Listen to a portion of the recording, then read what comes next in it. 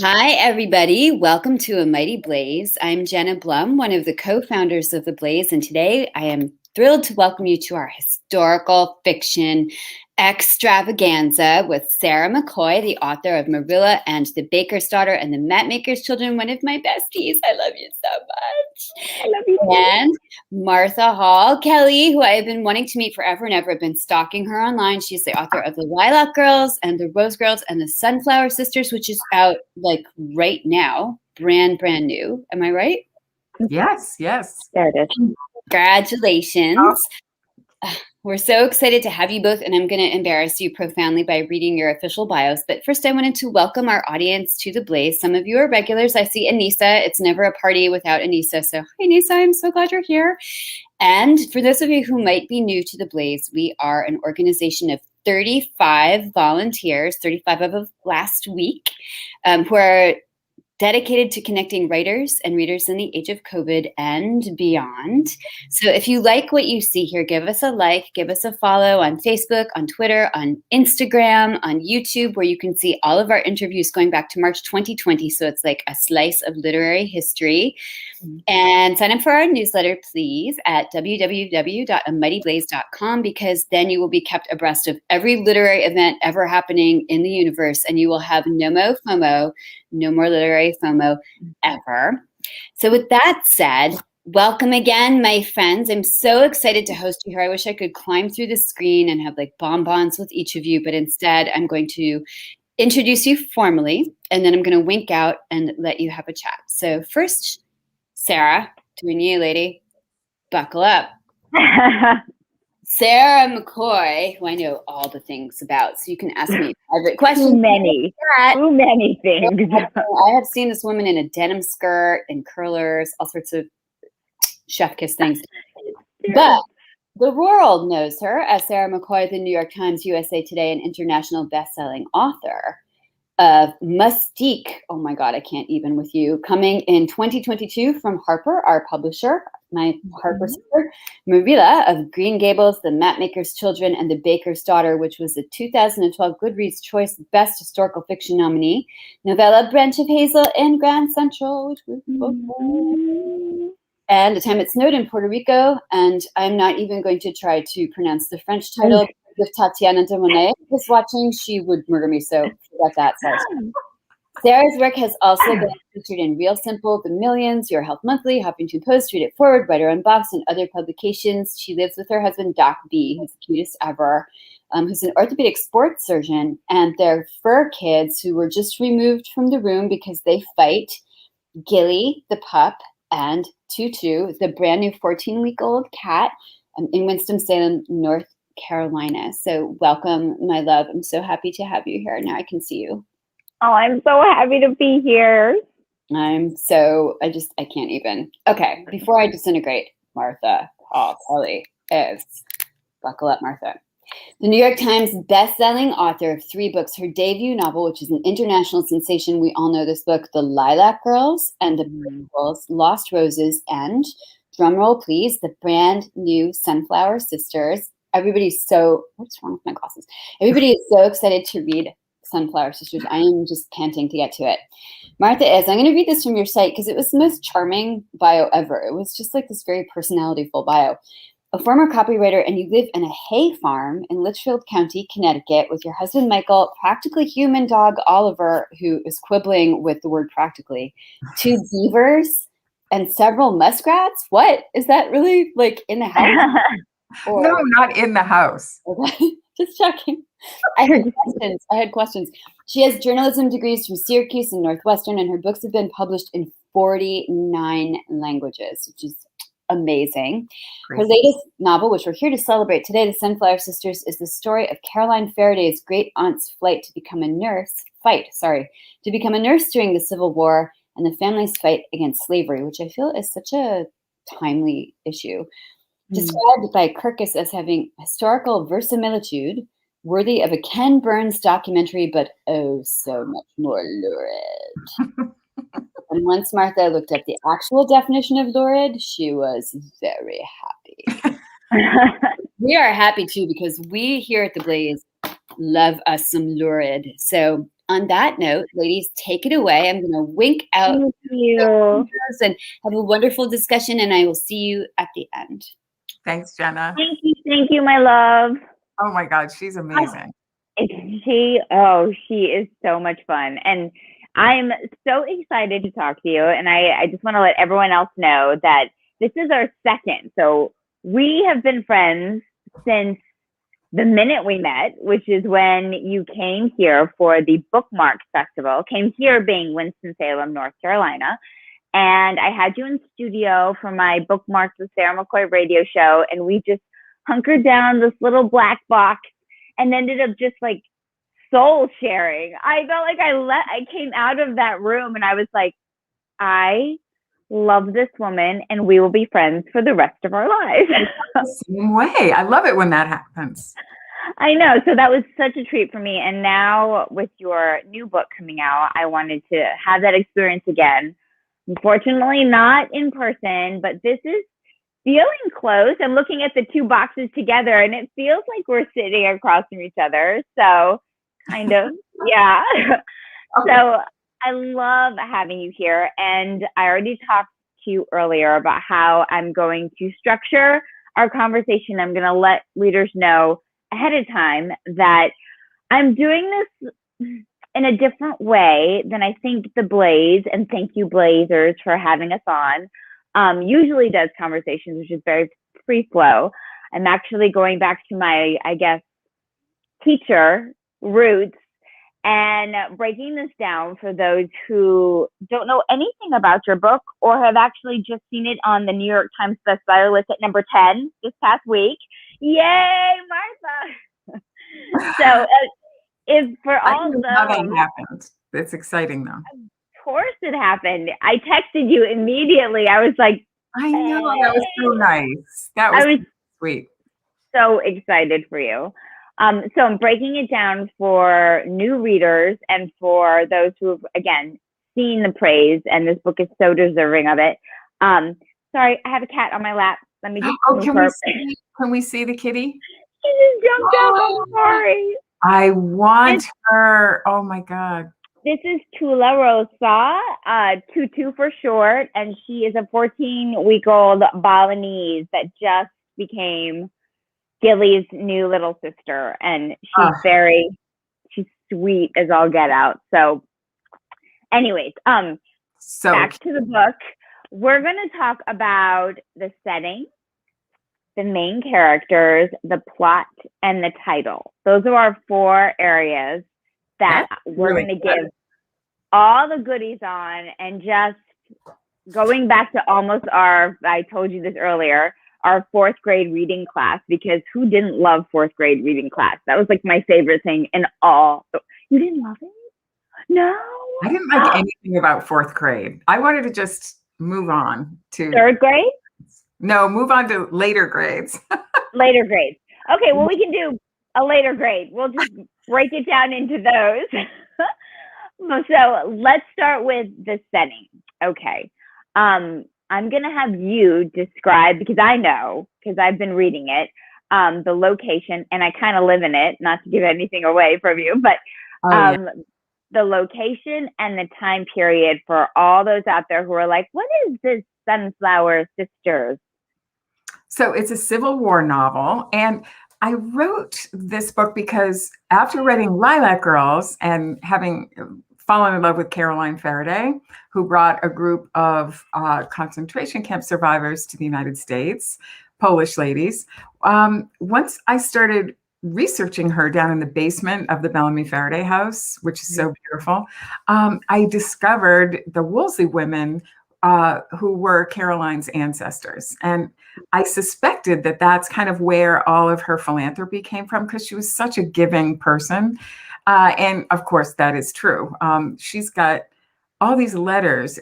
Caroline sadly passed away in the 1990s, but she kept all the letters in archival boxes in her basement. And I just read all of, I mean, there's so many letters, but I read them all. And that's my dream.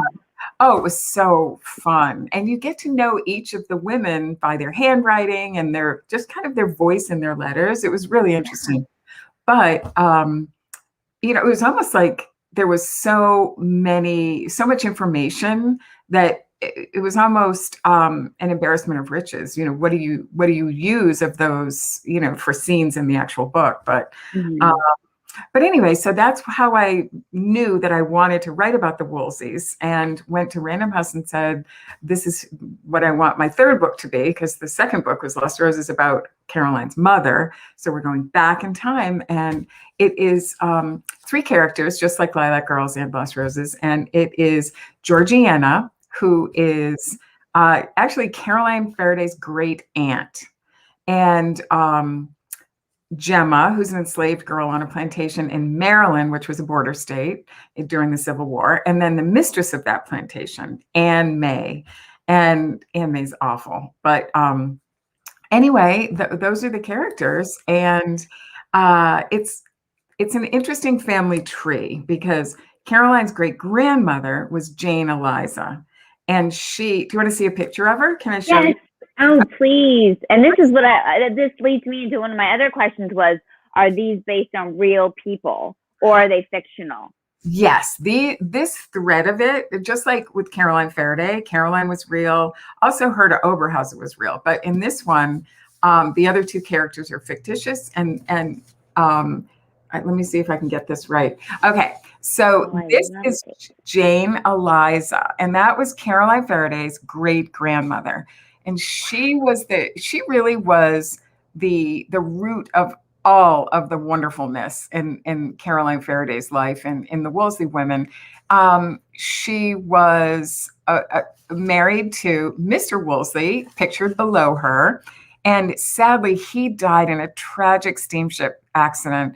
Back in those days, you could commute by steamship from New York to where they lived in New Bedford, Massachusetts. So it was a horrible tragedy, and off the coast. Wait, now, is this in the book, in the back of the book?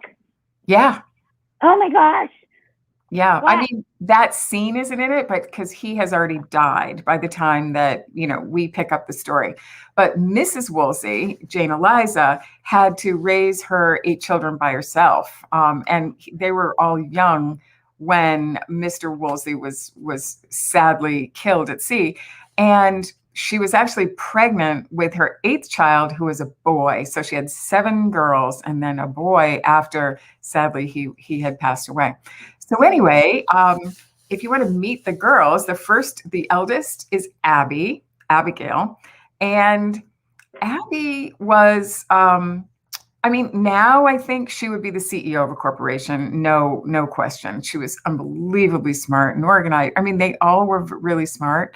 But she also was not big on like the girly stuff. She had one black dress, silk, that she wore all the time. And her sisters were always trying to get her to like make another dress. I would love her. Can I just tell a short story? I just went to a wedding, and it was the first time I was a groom's woman for my brother.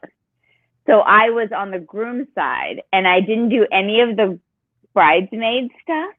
And I loved it. I loved not getting fluffed. That's what I told my mom later. I said, I loved not having to be fluffed. I love just like hanging out. So she sounds like my kind of girl. It's funny. This is a little bit of a spoiler, but Gemma in the book, the enslaved girl, gets to be a man for a little while, and she feels the same way. She really likes being a guy because she doesn't have the fluffing. And you can sit with your, kind of legs, not always crossed. You can just sit however you want, and you can do whatever you want, especially back in those days. But anyway, I digress. But that's a great story. No, I love that. I feel like it's fluffed. It's actually very pertinent to today's culture and society in that think about this. I'm just talking about girl spreading.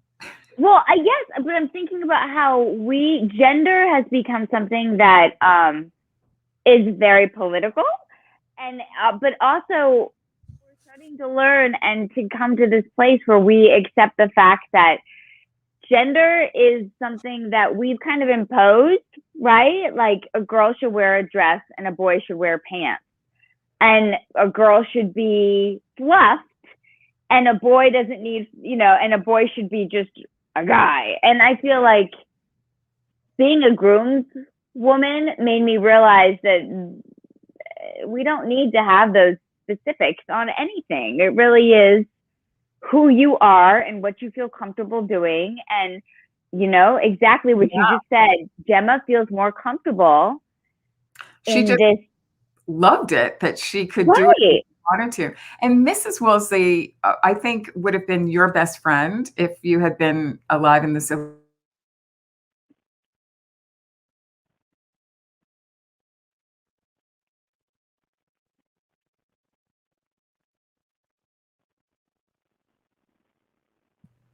Are we still live? Yes. Okay. Are you still there?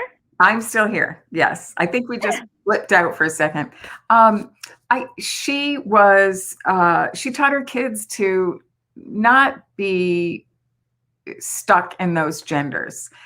She educated them unbelievably well. They were well-traveled. So I feel like you two would get along well. So here, I know we would. I'm Abby. And then the next in line is Jane. And Jane was Jane also became a nurse. And she had very beautiful red hair. And she dressed beautifully in jewel tones because she wanted to show off her red hair. And she wore jewelry and, kind of the complete opposite of her sister. But she was very kind of short-tempered a little bit, but very funny. I always looked forward to reading her letters because she was very. She sounds like an Anne Shirley type, I have to say. Yes. Maybe not quite as sweet as Anne Shirley, though. And I always think of Anne Shirley as she's just the nicest person. I feel like Jane was just a little, she had a little bit of a like sarcastic edge to her, like a little bit more of a Sarah McCoy in there is what you're saying. Pretty much you. Yes. No, not at all. And then there was the beauty, Mary. And it always cracked me up when they would call her the beauty of the family, because of course now we would never do that with children.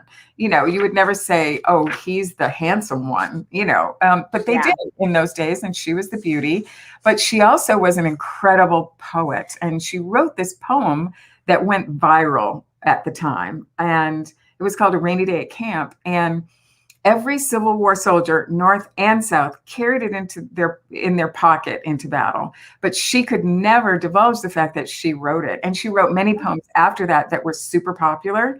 But she and the family could never say, oh yeah, Mary Woolsey wrote those. So I always thought that was so sad. She was the only one during the Civil War that had children. She had 4 children with her reverend husband.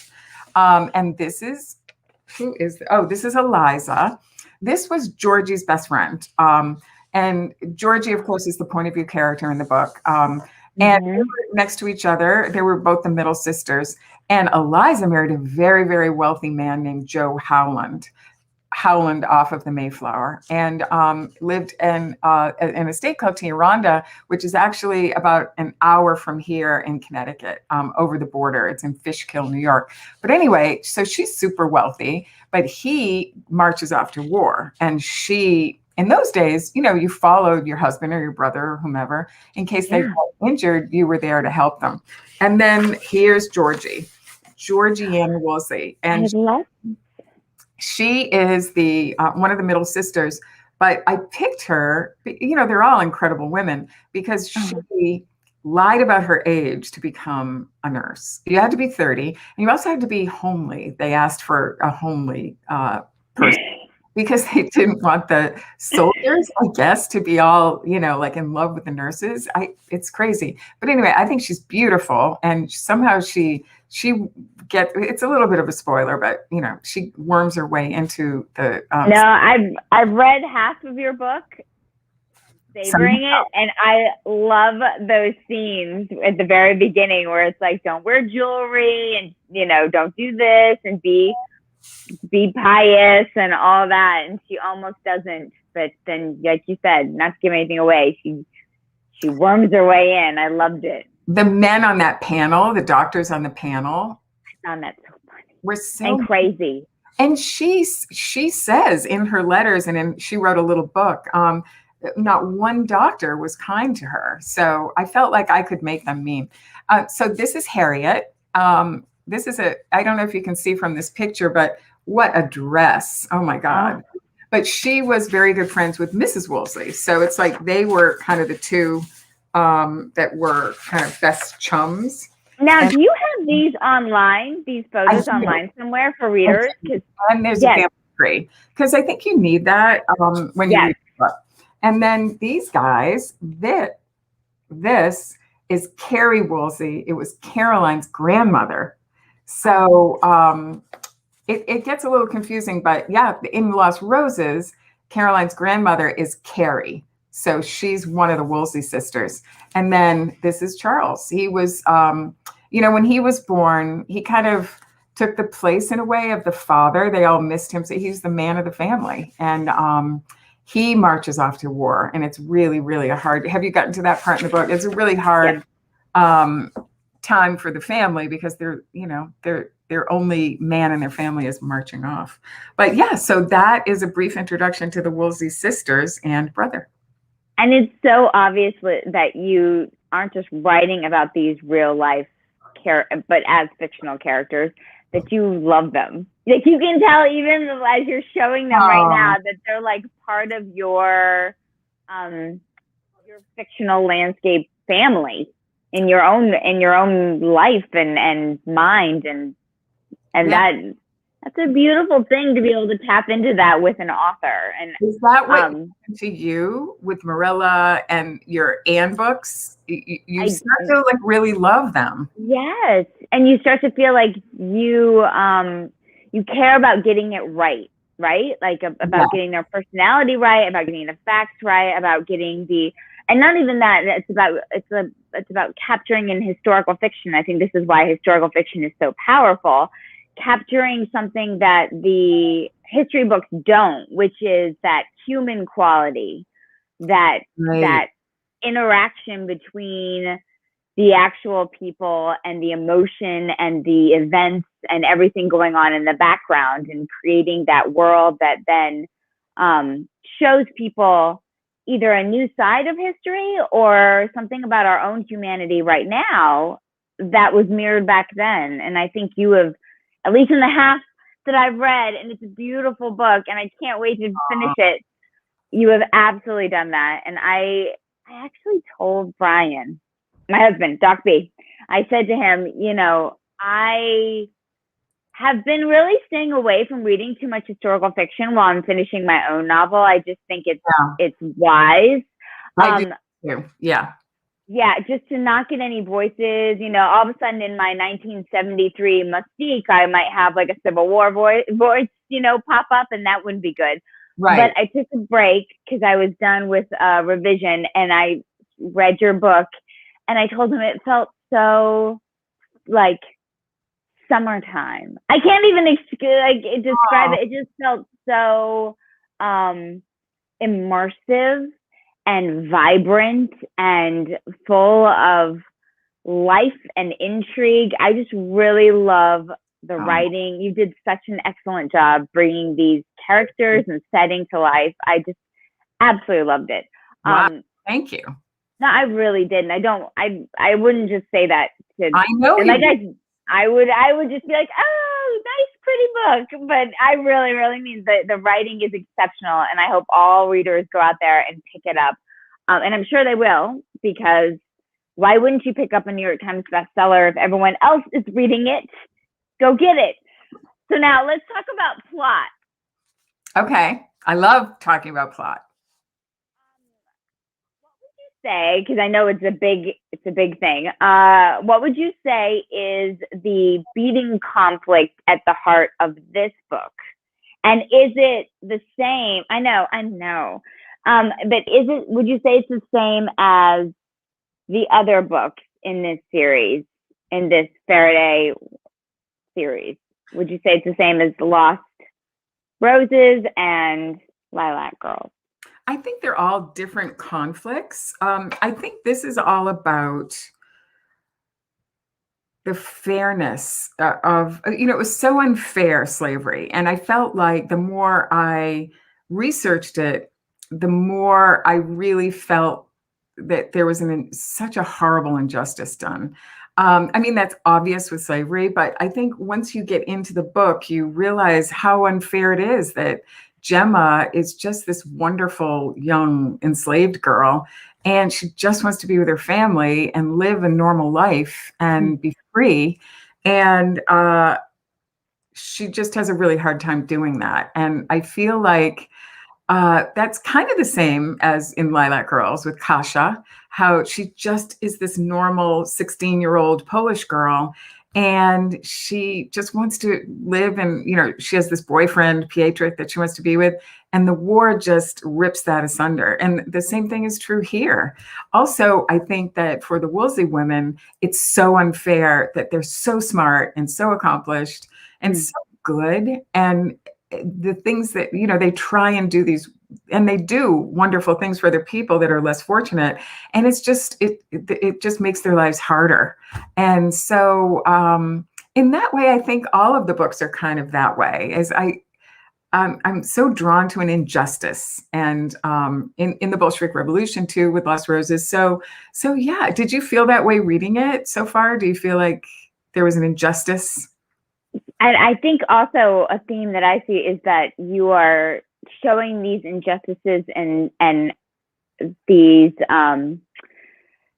trying to achieve fairness through the eyes of women, which is what makes this different, all the books in this series different than I think some of the other ones that are out there that are wonderful books about injustice in time periods. But this is through the eyes of women, and giving that sort of dual power to it, giving action to these women who are trying to bring about righteousness in the world. I think that's something that you've bottled. It's a magic that you've bottled in all three books.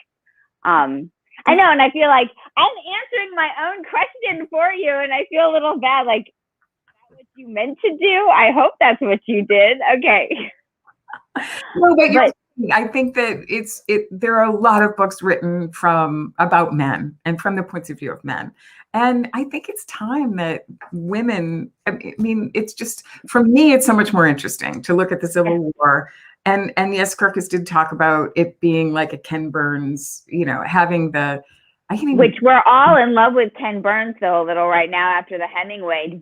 Have you seen the Hemingway thing? But I hear it's amazing. Yes. And so that, I think, I think you get the realness of a Ken Burns documentary, but from women's point of view, because it's like a completely different thing if a man goes through that situation. Plus, I get to talk about the clothes, which are really important to me. But I mean, I love you so much. And the shoes and just the stuff. Do you have a Pinterest for readers to go? Yes, there's a Pinterest that you can go look at all these things. That's amazing. It's so helpful while I'm writing to put anytime I find something, do that too. Yes. I just take that photograph and it goes right to Pinterest. And it's fun because I show it to people while I'm writing, and they can go in and see that kind of happening. But that is smart. I have mine secret. But you should lockdown. Consider making it public, because I think that's the fun of it. Unless it gives away something, if there's something you just don't want people to know. Like for me, the sunflower is a really important. It's a spoiler to say what the sunflower signifies, because through the book, you're trying to figure out what is it about a sunflower, because people leave it as kind of a in different places as a message. So so I couldn't put that on Pinterest because things like that, but it's just kind of fun to sprinkle things. Yeah. But I think that, my agent said when I started writing, she said, more clothes. Like, I want to know about the clothes, like the hoop skirts and all the like cosmetic stuff. So I think that that's a hard thing in a Ken Burns documentary. I don't know if they're going to spend a lot of time on the clothes, or what it was like to feel like you're in the Civil War as a woman, and what was it like to put those clothes on. And I don't know. That to me is what's interesting. What did it feel like to be there? And so that's what I tried to do. And you did it. And maybe that's why I'm your perfect reader or why I enjoy it so much, but I love knowing about the daily domesticities, if that's even, I just threw that out there. Right, of like, how did they get the water?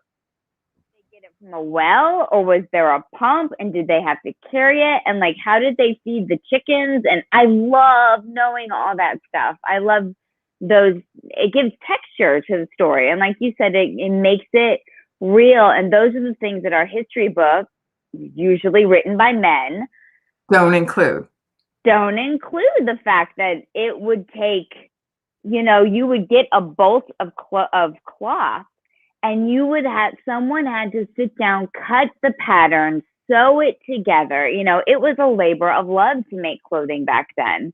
And I love all those little details included. And your agent was so wise to tell you to do that, because those are the things that make it feel almost like you as a reader, as a normal person, can be like, oh, I've threaded a needle. I know what that feels like, right? To do that, to pull that thread and have that in between your fingers. I know what that feeling's like. And it really connects you to the character in a physical way that I feel, and then in an emotional way that I feel like if you leave out those little details of that pull of the thread through the needle, then you aren't really you're connected, but you're not as connected. So I know that's really fine details, but those are the things you included that I at least appreciated. And that's why I think we both like writing historical fiction, because we like finding those little pieces of hidden history and sharing those. Like they, on their hoop skirt, well, they didn't wear hoops, the Wolsey women, because nurses were not allowed to wear hoops. But the women that did have, lots of crinolines or whatever, would use their kind of skirt as a work table. And so they would darn a sock here, or they would sew a thing here, and it was all right here on their lap. And little things like that, I always just go, oh my God, I love that. I mean, it makes you feel like you were back there. Not that I would have wanted to be in the Civil War, I don't think. I mean, there was so much hardship and disease, and it was a hard time. But yeah, I love all that little, like the wild pigs that are walking around New York. I just thought there were pigs walking around New York. That's just, isn't that fun? Yeah, there was so many in the Civil War like that are just so weird, and I love the weird stuff. Do you ever find yourself taking things that you learn and like doing it at home, like you just said about the skirt? So I read somewhere that the women, like in the 1800s, when I was researching Marilla, would pull their skirt between their legs, and they would use it to like carry like apples and stuff. You know what I mean? Like as like another, like almost like a bag. And so then I started going into my garden, and I would like pick things, and I'd pull my skirt up, and I would use it as. And amazing. It's like you were channeling Marilla.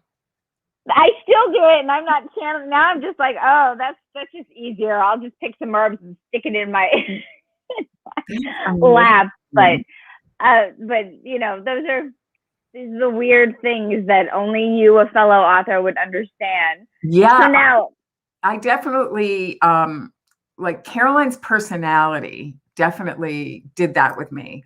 Like I would stop people if I saw them doing something that they weren't supposed to be doing when I was living in Atlanta, and like not yell at them, but like get that way. And I was like, why am I doing this? I saw someone put a bag of trash out of their car window, and we were at a stoplight, and I put my car in park and got out and had them roll their window down, and I gave them their trash back. I am not that person, but I don't know. I became that when I was writing about Caroline, just because she's so, I mean, that's just the way that she is. So anyway. I love that though. I love that. So now we were going to talk about title, but I don't want to give away the sunflower thing, because you just said you didn't want to give that away. So instead, I wondered if we could do something I'm calling author hodgepodge. And it just is a way, it's a game, and it's super easy for you. And it's just a way for readers to kind of connect you on a personal level. Now that we've talked about the book, and everyone is going to go out and buy it, because now they have all the like essentials, the setting, the main characters, the plot. the title is a mystery and you want to read to find out. So Author Hodgepodge is just a grab bag of questions and you just have to pick one. So it's either or. Okay. Oh, I get to pick? Yes. So I'm gonna ask you, you have to pick between two things. Okay. Okay. So mornings or evenings? You mean what I like better? What do you like better? Oh, morning. Mornings. Okay. Absolutely. Tea I love to get or coffee? when no one's around. Oh, I don't get to talk about the actual thing. Yes, you can talk about it. Absolutely. I love the morning, Morning. especially here on a hay farm. You wake up and it smells so good in the summer, especially. And I do my best writing. Do you like to write in the morning?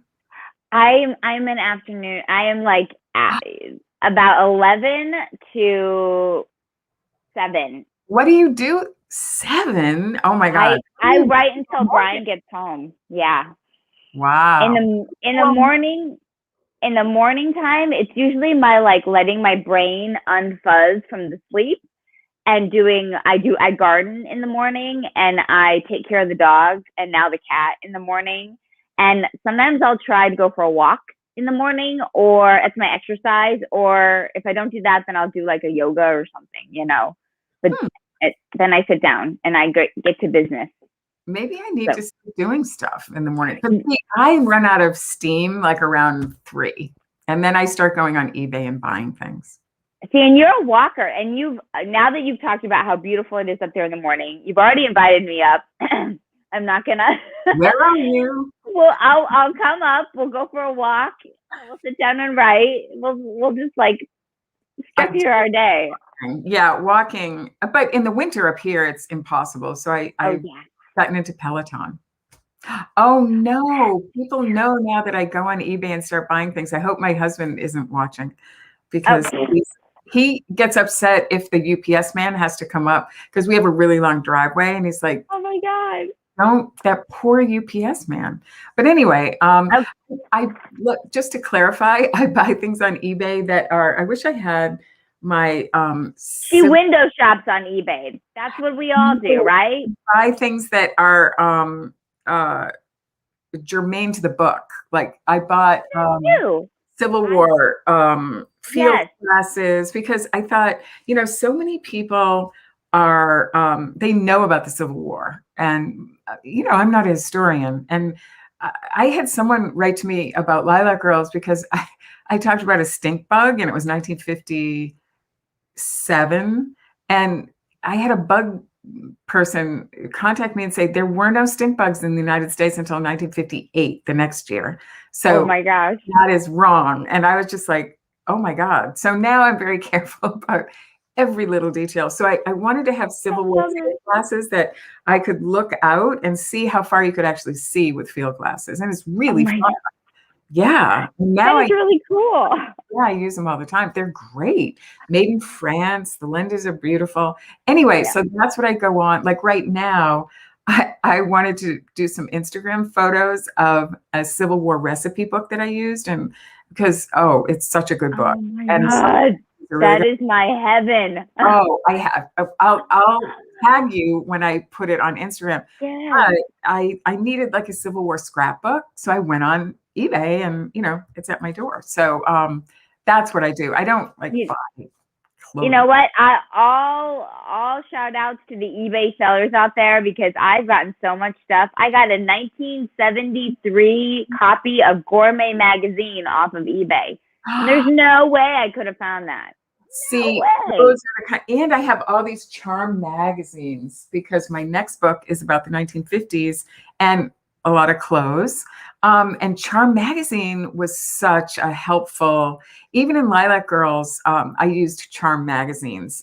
I don't know if you remember, there was a part that they talk about the compact going click in Lilac Girls, and that's where I found it in Charm Magazine. So I owe eBay a lot. And Etsy. Me too. Etsy's great too. Yes, I am so about that. And it's like you said, it's kind of a fun. It's kind of fun to go just trolling on these. And some of the things that they have, there was I wish, next time I will find it, but I had, here it is. Oh my God, I have it. Show. Women, don't you love show and tell? I do. It was my favorite thing. People in, I'm gonna have to get it really close. Yeah, get it really close to the camera. Abolitionists like the Woolseys, they were staunch abolitionists because the mom grew up on a slaveholding plantation in Virginia and hated slavery. So her kids were all abolitionists, and she was, and they all carried a token that said, can you see it? I can. It's got like is a woman like kneeling? It's an enslaved woman kneeling with chains on her wrists. And it says, am I not a woman and a sister? I mean, it gets me so sad to, read it. And so basically it's saying they're women and we're women and we should all have that solidarity. So when this arrived in the mail, I was just like, oh my God. But because just first of all, I mean, I've ordered a lot of coins and things off of eBay because every time like in France, in Lilac Girls, they used money, and I wanted to make sure during World War I, it was exactly the right kind. And it's super helpful to know what a handful of that feels like. But this, when it arrived, I don't know, it was just pretty special. So those are the kind of things that you can find on eBay still, a lot of really cool ephemera. Oh, I love that. And even like you holding it, there's like a magic. Isn't it just feel like this is something that has come through time and history, and the people who created it and the people who carried it are long gone, and now it's sitting here in my fingertips. Like there's something that just is unbelievable about that. And it's so worn, and that someone really had it and really took the message to heart, because there was a male one too. Yeah, am I not a man? But this is the female one. So I just felt really lucky to be able to find it. Anyway, we got way diverted from your hodgepodge. Okay, we're going to do just like two more because Jen is already texting me Q&A from the audience. Okay. Tea or coffee? Tea. Tea, me too. Oh my God, my family does not allow me to have coffee. Why? Although that's what started Lilac Girls. I'm sure you know that story, how I went through in Atlanta, the drive-through at Starbucks, and ordered my usual decaf cappuccino grande, but by mistake, the barista gave me a caffeinated one, and I went home and wrote Lilac Girls, the first chapter. So, but I would think that would be impetus to like continue. I would take that as, you know what, this was like lightning from heaven, so I'm going to do a little more every day. Yeah, it worked that day, but too much caffeine for me, it just makes me like and mean. I get very crabby. Oh. So yeah, they don't allow me to drink real caffeine. I just have like a little green tea. I can't do coffee either, though. It makes me my heart just it's too much. I start sweating. And then I feel nauseous, and that's my number one, like kryptonite is nausea. I will do anything in this world, honestly, to not be nauseous. Right. Like I will shut down the world to stop nausea. I can't deal with it. My son yesterday injured his hand really badly. He has a studio where he does like art stuff. And I have a guy who does that. You do? You cut out there for a second. Oh, I said, yes, my husband. We'll talk afterwards, but he's an ortho guy. Oh, right. Well, this is my son who is a cinematographer type, and he has a studio, and he was moving a big piece of wood, and in his words, he said he guillotined his fingers. They didn't get chopped off, but it's really, really bad. And he has to take antibiotics now, and he has been feeling so nauseous. So you would, don't. Oh, I empathize. Me too. Yeah. Oh, so that's awful. And things. Anyway, I digress. Okay. No, this is what we do. We could literally, people sat with us we could be on for 2 hours just chatting because I love you so much. So, okay. Cat or dog? Because I have both now, so I'm equal. What you can be equal. Cat or dog? Mm-hmm. I was dog, And now my daughter, sadly, we've had a weird week. Her cat just passed away, a very young cat. Her name was Saffron. And we had never had a cat as a family. And I've always been a dog person, but after Saffron, I love cats now. So I put her in my next book. So Catherine is better about that. What kind of cat was it? It was just an orange cat. Just a tabby cat? A rescue tabby orange cat. And she was kind of like, sometimes when I touched her, she would bite me, but I started to kind of respect that because she did not always like to be touched. And I get it. I'm kind of like that too. I'm pointing right now at my little Tula Rosa over there, who was biting me for half of this program because I was trying to hold her. And then finally, when I let her go, she's like totally happy now. She's like, I just don't want to be touched right now, Mama. I just don't want to be touched. Yeah, I mean, you have to respect that. That's the way that they can communicate. Yeah. I totally. Yep. On the other hand, has no.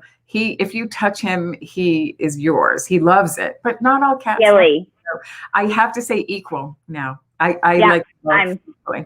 I'm so equal. I'm right there with you. All right. Okay. I will just do two more. Call or text? Did you say call or text? Call on the phone or text. Which do you prefer? Text. Me too. I'm an introvert, and I never know how to get off the phone. I'm just awful with like social interactions. Horrible. And my God. I feel like I have to keep talking, and it's just bad. And then I'm awkward. Texting is. I am the same person as you, really? And you know what I can't stand? I can't stand him. I came from a family where they did the phone pass, where it'd be like my dad would talk to my grandma for like an hour, and then he would say, "Oh, here's Sarah," and then pass the phone. It's my nightmare. It's my nightmare. Me too. Or it's Thanksgiving table. Let's all say what we're thankful for. I'm the worst. I just panic. Yes, I'm right there with you. Okay, so we're alike in that way. Okay, we're just gonna. Well, one of mine was introvert or extrovert, but you've answered that. Introvert. Yeah. One more: sweet or savory? Which do you prefer? Well. I really like them both. I like them both at the same time. You know, in O'Hare, nuts on nuts. Yes, I used to live in Chicago. Yes. So nuts on Maine, or what is it? And they put like caramel corn popcorn in with the cheese popcorn. Heaven. It's so good. And I love a good Frito. Like on my last book tour, I think I gained 5 pounds from eating Fritos. Oh my God. And have you had the Frito pie where they put it? Oh my gosh. We need to go to Is it from the South?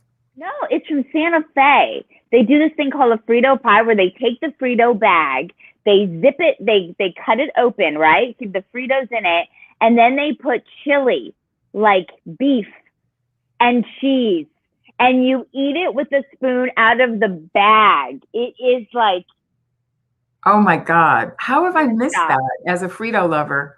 I mean, even as a child, I was obsessed with Fritos. I love them. So have you had skinny cashews or skinny almonds? They're almonds, but covered with. Are they skinny? No. They're covered with like sweetness, like a creamy sweet. I like those too. I'd have to go with savory. Yeah. Savory. Yeah. I actually, if I came down to it, I would too. And it's because of the nausea thing.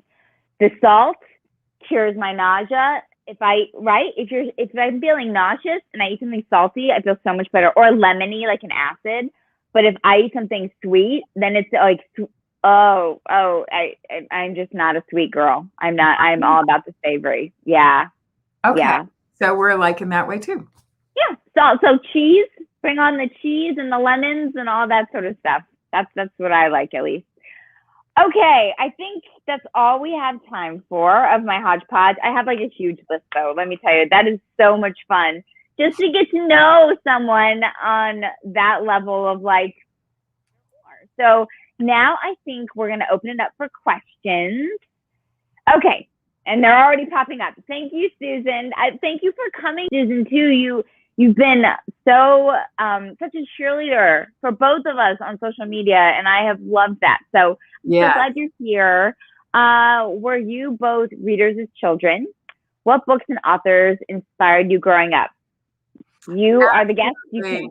Yes. Absolutely, E.B. White. My mom, from New England, grew up on Martha's Vineyard, such an E.B. White fan. And she read us Charlotte's Web, I don't know how, I mean, countless times.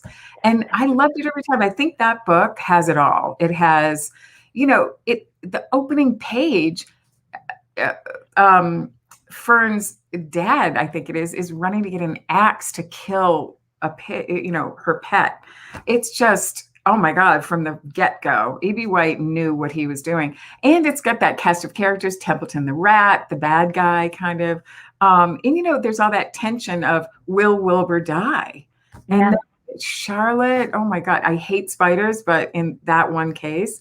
So I'm a huge, huge fan of Charlotte's Web and read it to my own kids like a million times. So yeah.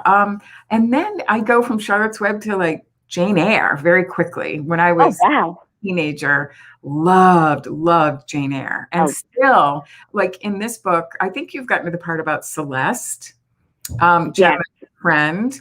I mean, totally, that is so borrowed from Jane Eyre. And while I was writing it, I was like, this is so Jane Eyre, but I couldn't not do that. So yeah, how about you? What are your faves? And first off, Charlotte's Web. I think it's because when you're young, you feel like all the books are about adults or about, and so when you have this cast of characters that are animals, you almost feel like you get to be not the adult, but you're kind of like, I'm grown up enough to like understand that world too, and so I felt like I loved all the animal books, any kind of animal book as a child. I just thought that was so inspiring, and I felt like I could get to know these people in a different way than I could with like adult books. And then Anne of Green Gables, of course. And then when I got a little older, Jane Eyre, exactly like you, but that was almost like because it was so much like Anne, those sort of stories of. Right. I always glean towards stories of like adoptive families and like unique circumstances that brought people into each other's lives as family members. So that was definitely a theme through my reading childhood. Okay, I have to ask one other. How about The Little Princess? Did you like that book? Yes, I did. I loved that book. And The Secret Garden for like similar. Right? Huge. Yes. But I actually have them all up. Rebecca of Sunnybrook Farm, I have up there. My mom gave me all the originals. I need to read Rebecca of Sunnybrook Farm because I don't know. The title sounded boring to me. Is that awful? And then I got into Cherry Ames nurse, those nurse books. Did you ever read those? No, I didn't. Yeah, I read way too many Cherry Ames nurse books. But I did the Babysitter's Club. Like, see, you're way young. All of them. Yeah, I was like, my kids read those, I think. But yeah. Anyway, I'm sorry, I interrupted you. You were going on to another thing. No, I was trying to be professional and say, questions, because we're going over time, but I knew we would. Okay, for both authors, your research is so meticulous. How do you know when it's time to put aside and dive into the writing? Does the research continue as you are writing? What's your favorite part of the process? Do you want me to go first? Yes. Well, you know about my eBay habit, so and mine now too. Yeah. I love the research. Although at the beginning, it's a little bit scary. I don't know if you feel this way, but it's a cliche that, you've got that blank page and it's a little nerve-wracking. So for me, it's like this exploratory process a little bit, because like with the Civil War, for example, I started researching the Civil War in general, but didn't have the exact characters yet. And until I have that, I'm always a little bit like, it's a big subject, the Civil War. So, but the letters really, really helped me because, when I read that letter about when they went to the slave market, the sisters were in Charleston for a social event, and they went to, they stumbled across a slave market, and they watched it through the gates. Women were not allowed in. And they talked to an enslaved woman whose children were being sold. And it just changed them completely. So I feel like once I have my character, then I can really go at, because then I know there'll be a scene in Charleston and I should really dig into Charleston. And, otherwise, how do you really know? How about you? No, I'm the same way. I actually, I start with character, and then and usually I have an idea of that character and what time period, but I try not to overload on the research first, because like you said, then you're like in a hole of research. You can research forever, and then you'll be a historian, right? And then you can write a nonfiction book, but I need to get these characters rolling. So I usually, even if I tell myself I'm going to throw away the first chapter, which I have done many times actually. I do. Yeah. Yeah. You just start writing. You just start into the story. And if you are confused or like there's a fact that's missing, then write out the storyline, the actual narrative of what is happening in this scene with these characters, and then go back and fill in the blank of what that, Exactly. I do the same thing. Yeah. Yeah. Because otherwise you'll never start. You'll never get there going. That happens to a lot of people, I think. It does. They get, kind of caught up in the research, and it's a scary thing to jump in, but you got to just jump in. You just got to jump in. Yeah. One last question. Cry on. This is such a great program. I love it. Isn't it? I love this too. Is it from, if it's not from the crowd, I have a question. I'm like asking the gods of Mighty Blaze. Oh no. Okay. What are y'all reading and loving now? It's a good question. Thank you, Anisha. I have 2 more books that I'm working on, and I've been working on them for a few years now because I finished Sunflower Sisters, a while ago. So I've been writing a Cold War novel and also a thriller that comes out after that. But the Cold War novel has 2 characters, one that survived Ravensbrück, the concentration camp in Lilac Girls, and one is an American because there were many Americans at Ravensbrück, and the other girl is French. So I have been reading a lot of, where is my Colette? I've just been reading a lot of Colette. Just to get ahead of that French character. And oh my goodness, racy, but wonderful. Talk about lurid. Yeah, so I've been reading a lot of Colette. And how about you? What are you reading right now? I'm reading your book. Oh, well, thank you. Yes, I am. And then I've also been reading my good friend who I'm interviewing next week, Paula McLean, her new book coming out called When the Stars Go Dark. And it's a thriller. So it's so funny and interesting that you're going to do a thriller after the next book. But yeah, it's a thriller, and it's unlike anything she's written before. It's brilliant. It's wonderful. I'm so enjoying it. So I'm reading historical fiction, your book, a thriller, and then I'm also reading I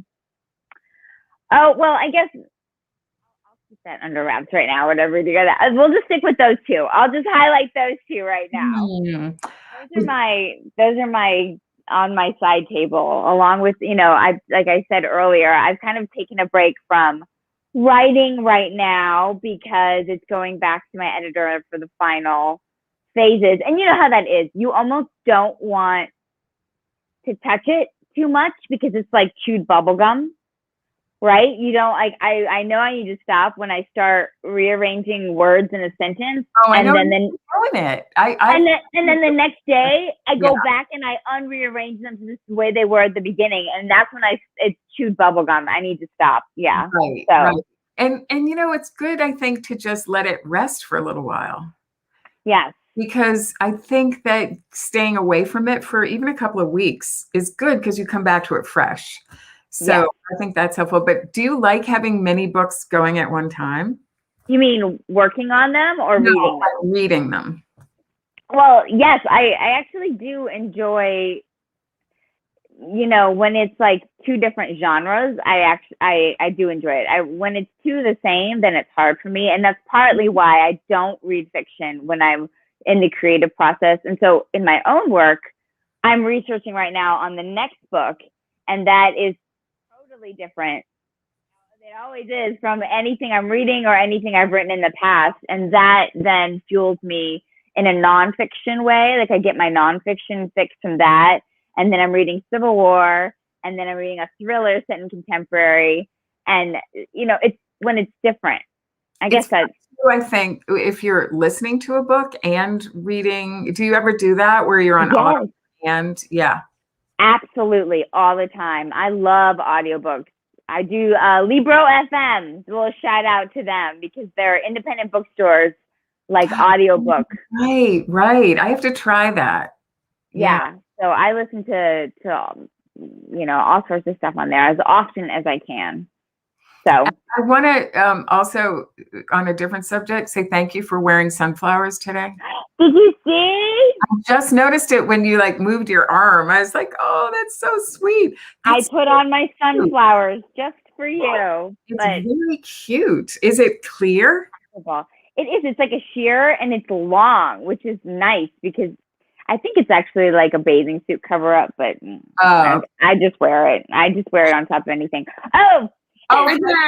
We're just talking about Hi. Okay. Oh, this was so wonderful. Thank you all for joining us, readers. And Martha, I could talk on and on and on with you. You're amazing. So fun. So thrilled for all the success that this book and all your books have gotten.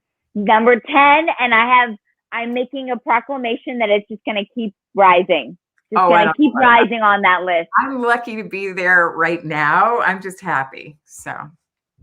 Yeah, I was so enthralled by the conversation that I totally forgot I was supposed to come back on and be like, okay, guys, I'm going to wrap this. But I'm like, oh, that shirt is cute. And I'm on Etsy, like looking up Civil War artifacts. You know, everybody in our audience is like, we love this. We love this so much. We enjoy this conversation. Like, look at the sunflowers and hearts and books. And you just made our afternoon so happy and gave us much more erudition about like how the process works. So this is like so great. Thank you. Leave it and thank Jenna. Yeah, thank you for having us, and leave it to Jenna to use the word erudition in the same sentence as like sparkliness. I mean, you're amazing. I drink caffeine. Like I have nobody to stop me drinking caffeine, so I'm basically a monster. But I know. I have been with you on your caffeine like journeys to find the Starbucks we must find. That's right. Like in the desert in Tucson, I'm like, I can't. We have to have Starbucks. Yeah, giant venti. Yeah, that's kind of. And I've had no Starbucks for 14 months. But guess what, y'all? I have an espresso machine now. Bitches. So, yeah. I miss you all. I miss my women, my writer women, my tribe. I feel like, you know, this pandemic has been so hard. And I'm sure for everyone, male, female, doesn't matter. But I miss you all. I really do. This has been joyful. Thank you so much for having us.